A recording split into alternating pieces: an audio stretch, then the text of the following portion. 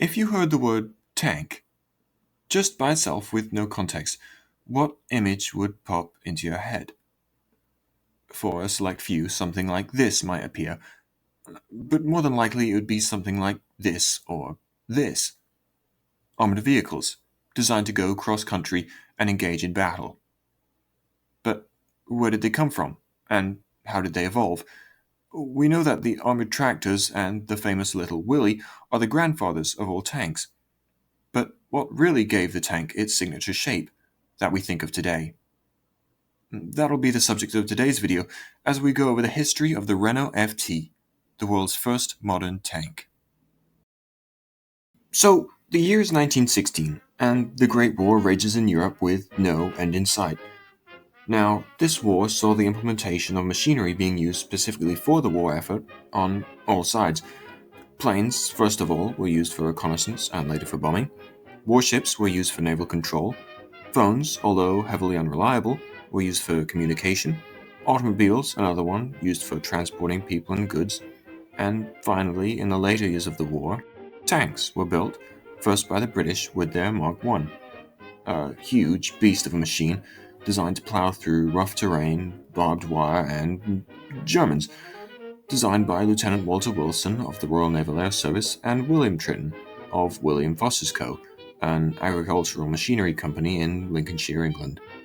Britain's ally, France, soon followed suit, with the deployment of the Schneider CA-1, chiefly designed by Eugene Briet, and its commercial rival, the Saint-Chamond. Both, however, came with problems. The Schneider was slow and its production speed was poor due to high command, specifically Robert Nivelle ordering other vehicles to be put in higher priority. Meanwhile, the Saint-Chamond was designed with a long hull at over 29 feet, along with a heavy 75mm gun at the front, making it easy for the whole thing just to get stuck in a trench or crater. Obviously, something had to change if France wanted an effective armored vehicle. And it was coming. Cue Louis Renault, an automobile manufacturer who had been fascinated by vehicles at an early age. He was approached by Colonel J.B.E. Estienne, a general of artillery and specialist in military engineering in the French army. He had approached Renault in December of 1915 asking for a tank design, to which Renault replied something along the lines of, "No dum-dum, we make cars."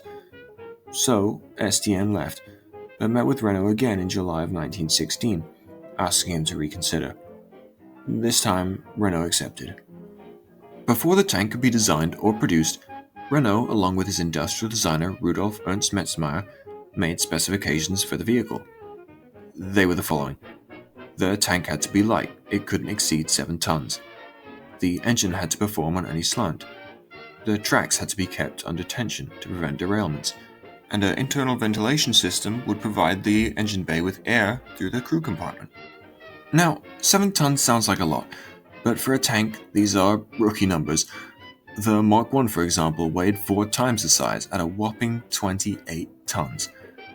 The Saint-Chamond weighed a little lighter at 23 tons, and the Schneider a bit lighter at 13.6 tons, but still almost twice the size of the new Renault tank.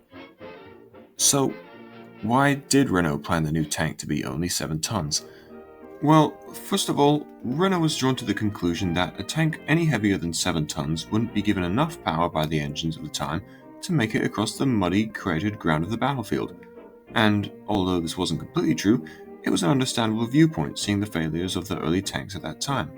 Secondly, Renault was considering a mass production of light tanks in contrast to a smaller order of large ones. The thought process behind this was that a swarm of vehicles on the battlefield would provide the Germans with too many targets to shoot at, and they would promptly be overrun.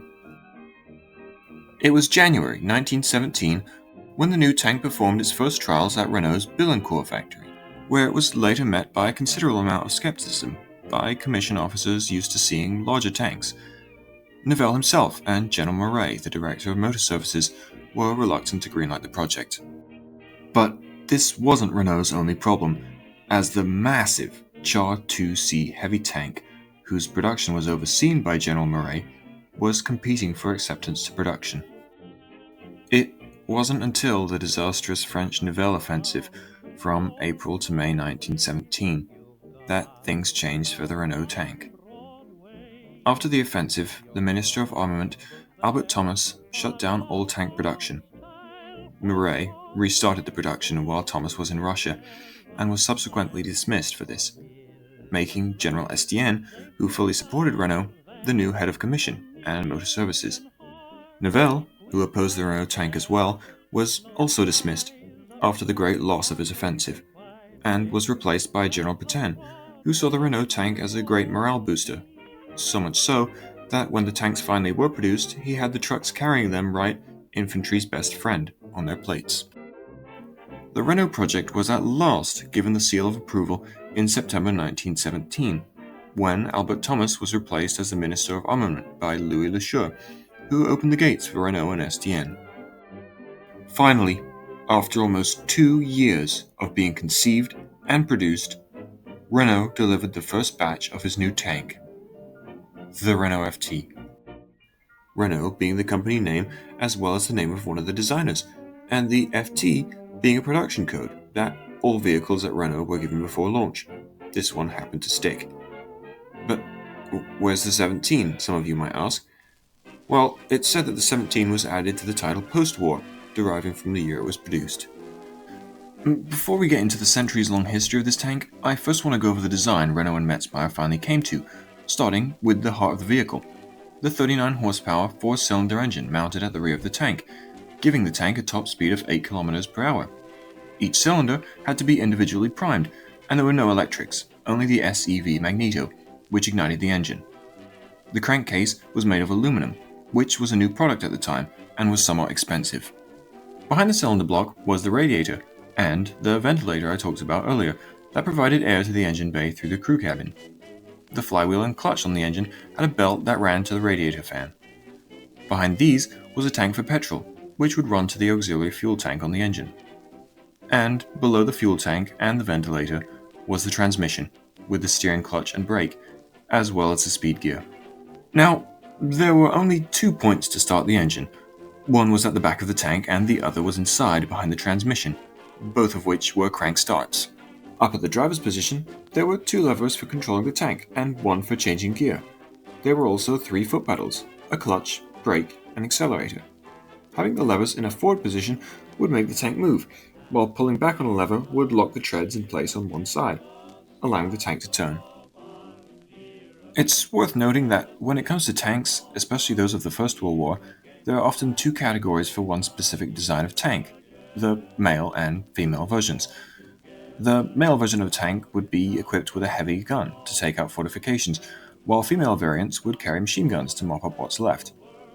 This was no exception for the FT, as the female version would carry a Hotchkiss 8mm machine gun, and the male FT would carry a 37mm Puteaux gun. A new design of the turret had to be made to equip the heavier 37mm gun, and the turret went from a circular cast steel version to a polygonal riveted plate turret, which happened to be easier to produce. A successful circular turret was later made to hold both standard guns. The turret itself was turned manually, with a lever to lock it in place. Ammunition would be kept in racks on both sides of the commander being the man who fired the gun and gave directions to the driver. Yes, only 2 men piloted this tiny tank. There was no room for anyone else. Thankfully for the commander, a strap was used as a seat for him, so he didn't have to stand through the whole battle. The track system was simple, but elegant, with 9 small wheels on the bottom connected by 2 balancers, a large wooden roller wheel at the front, 6 wheels on the top spar with a spring suspension, and the rear control wheel powering the tracks. The armor covering the crew and engine was designed expertly, despite only having a thickness of 22mm to keep the vehicle light. Every panel was utilized to deflect small arms fire. Brackets were put on the sides of the tank to hold things like tools, fluids, jacks, and tow ropes. A tail was also added to the rear of the tank to help it cross trenches and craters. Often, a tow chain was drooped over this. The dimensions for the FT were 5 meters long, 2.14 meters high, and 1.74 meters in width, allowing the tank to maneuver easily in places larger tanks couldn't. While mentioning maneuverability, there's a reason Renault, Estienne, and Petain were so happy with the FT design. It was a really good one. And while it's a shame for any vehicle to be built for warfare, the FT was groundbreaking for mechanical engineering. most consider it to be the blueprint for the modern tank, with a fully rotating turret and an engine bay separated from the crew compartment in the back. The suspension is also worthy of note, seeing as tanks like the Mark I didn't even have a suspension system, and the FT's was very effective. However, despite my praise for this tank, it didn't come without a few problems. For one, the armor plating around the engine made it so that there wasn't much reach into the engine bay, and practically no reach to the transmission or ventilator. This would have made repairs to the tank an absolute nightmare. Repairs sometimes wouldn't even be possible anyway, due to its second faults, or rather the fault of the production companies, who would quickly make as many FTs as possible, resulting in faulty tanks and scarce replacement parts. Because of this, a third of the original order of FTs produced had to be returned. Another unavoidable problem was the harsh conditions of the crew. The interior was cramped and loud, so loud that neither of the men inside could hear each other. Because of this, a communication system was implemented where the captain would kick the driver in different parts of the back and shoulders to give orders and directions. The last problem was an inconvenience, more than anything, and was the fact that the FT had no oil seals, meaning oil from mechanical components would have to constantly be replenished, and the oil inside the tank would leak out onto the vehicle, causing filthy conditions and constant needs of cleaning. Production of the FTs in 1917 was slow. Only Renault was manufacturing them, and delays paired with the lack of time, being near the end of the year, ended in only 84 FTs being made. This batch was plagued with problems, specifically fan belt and fuel filter failures. In the following year, Renault got help producing the FTs from firms like Berliet, Sumor, and Delaunay-Belleville. Faults in the tank were addressed, and 2,697 FTs were produced in 1918, a huge difference from the year before. This was by far the largest tank production in the world at that time. Besides the standard FT design, two variants came out of the original: the Renault TSF, or Télégraphie sans fil, which was a mobile communication vehicle, and the Renault 75BS, designed to take on fixed fortifications, with a 75mm short-barreled howitzer in contrast to a 37mm Puteaux gun. Only 300 of the TSFs were produced, and 39 of the 75BSs, before and after the end of the war. So let's backtrack a little to the first deployment of the FTs, which were given to the 1st Bataillon des Chars Légers in February 1918. Although they received the tanks in February, the vehicles didn't see action until May 31st, a little east of the forest of Retz during the Battle of the Aisne, a part of the German Spring Offensive. 30 FTs met the German advance and broke their attack. This could have been a hard blow to the enemy, but without proper infantry support, the FTs had to fall back.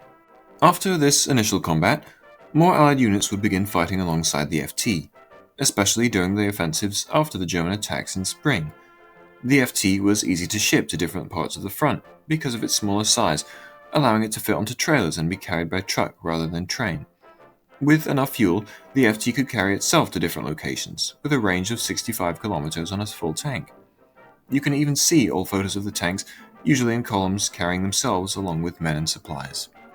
As 1918 progressed, the FT became a staple of the Allied advances. Original tanks like the Schneider and Saint-Chamond were still used, but their numbers paled in comparison to the FTs.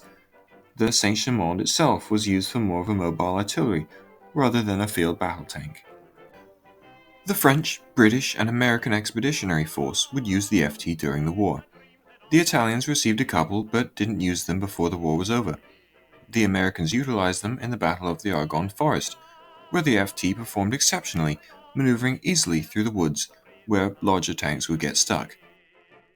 The Americans liked the FT so much, they produced their own variant, called the M1917, with a few differences to the original, the most noticeable being the mantlet on the gun, and then also there was the exhaust, which was placed on the left-hand side of the tank instead of the right, and the steel-rimmed wooden idler wheel was replaced by a solid steel wheel.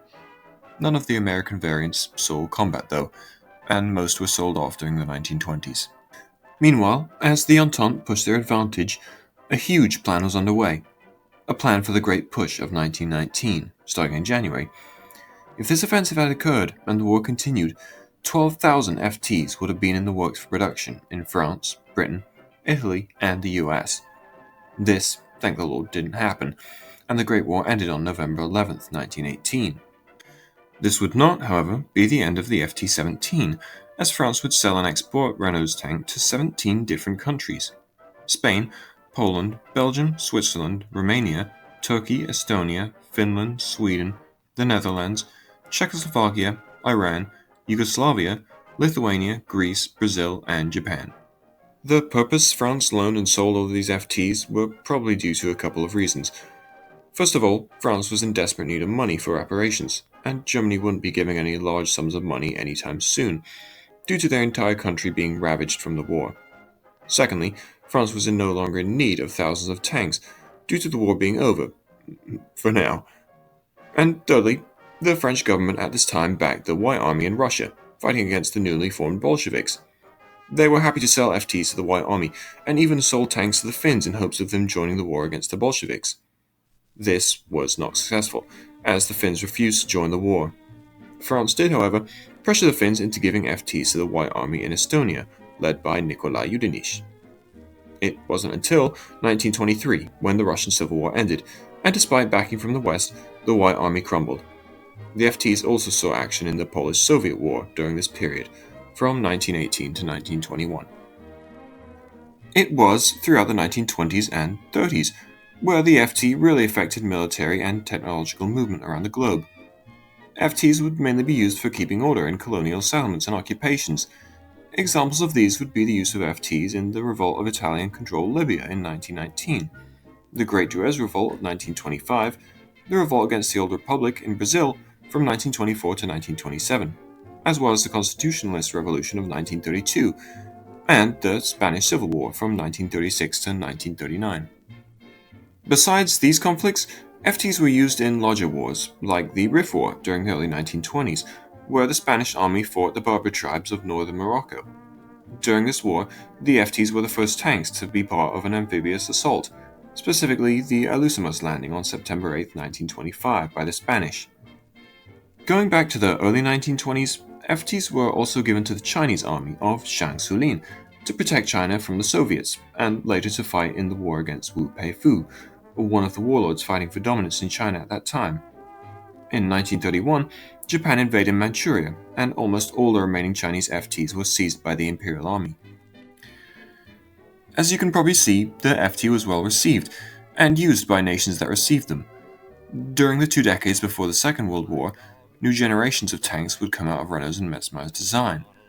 The most odd and closest to the original were the FT Kiguresi and the NC1 and 2, with experimentation to the track system, as well as the Italian's Fiat 3000, very close to the original FT.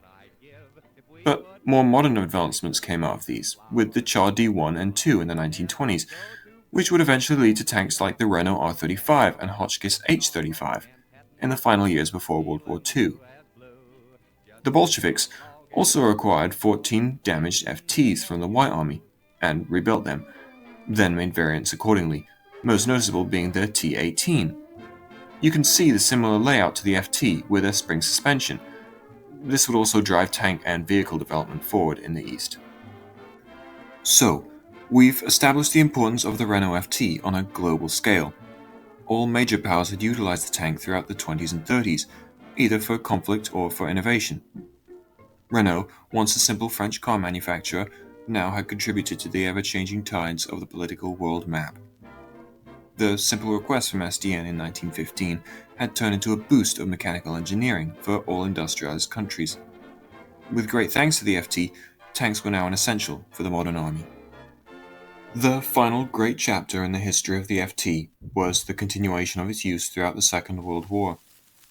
At the beginning of the war, France already had a surplus of FTs left over, and attempted to utilize them against the advancing Axis force.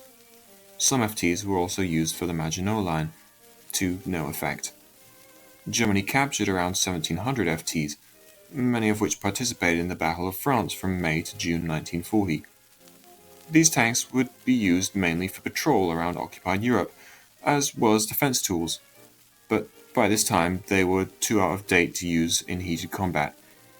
Some were used in the street fighting of Paris in 1944, to no avail, FTs were also used in the defense of Morocco and Algeria against the Allies, again to no avail. During World War II, Louis Renault himself was at a crossroads of either going out of business or helping Germany in vehicle production. He chose the latter, and for this was arrested in 1944 when France was liberated by the Allies, on the charges of collaborating with Germany. He was suffering greatly from aphasia, and died before his trial on October 24, 1944. Despite reports saying he died of uremia, his wife Christiane later would claim that Renault's death was more so due to beatings by prison guards than any internal condition. After later investigation, a broken neck vertebrae and an eyewitness saying Renault was hit over the head by a guard gave credit to Christiane. Despite the creator being gone, Renault's inventions would continue. Not just his tanks, but his cars and improvements to them, like brake drums and hydraulic shock absorbers, which we still use today. The story of the FT would also continue. After World War II, many FTs were already destroyed or used for scrap. Their use in Europe would diminish greatly over the following years. The last known conflict they were used in was the Soviet-Afghan War from 1979 to 1989. The FT's glory days were long gone by this point. The few tanks in this war were used primarily for cover or as pillboxes. Any kind of mobile use was out of the question. These were antiques being used in a modern war. To this day, you can find hollowed-out skeletons of Renault's old tank in different parts of Afghanistan and the world. So many of these tanks were made that there's bound to be a few left out there, right? In 2003, two were found in Afghanistan and were shipped out by plane for restoration in the United States, with their original engines still inside. Just imagine what those things had seen since their creation almost a century prior. There are still fully preserved, restored, and rebuilt FTs in different parts of the world. Monuments in places the FT left its mark, like Russia, France, and Afghanistan. It may not be the most glistening like new models, but serve as a reminder to the history of these places. Museums, mainly in the West, have original FTs restored to look like how they once did, and some groups and history enthusiasts have even built fully working FTs, serving as rolling time machines and allowing us to see the original workings of Renault and Metzmeyer, a treat for any tank enthusiast. At the end of the day, the FT is a perfect candidate for the job it was originally built for, and, even if used beyond its intended purpose, still managed to hold its ground and survive the test of time. Not a passion project by any means, but still built with careful attention to detail by brilliant automotive minds. And despite those who served alongside this tank being gone, the dozens of conflicts the FT served in throughout the 20th century are testimony to this. Whether you're into tanks and history or not, I think it's very important to recognize the people, events, and even machines that shape the political climate around us. The FT is one of these forces, even if most are gone and forgotten. Anyway, I think that's enough about this little French tank. I'll catch you guys later.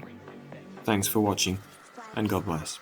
Forgot what you want, so these lies are losing, just go roll. The top 8 will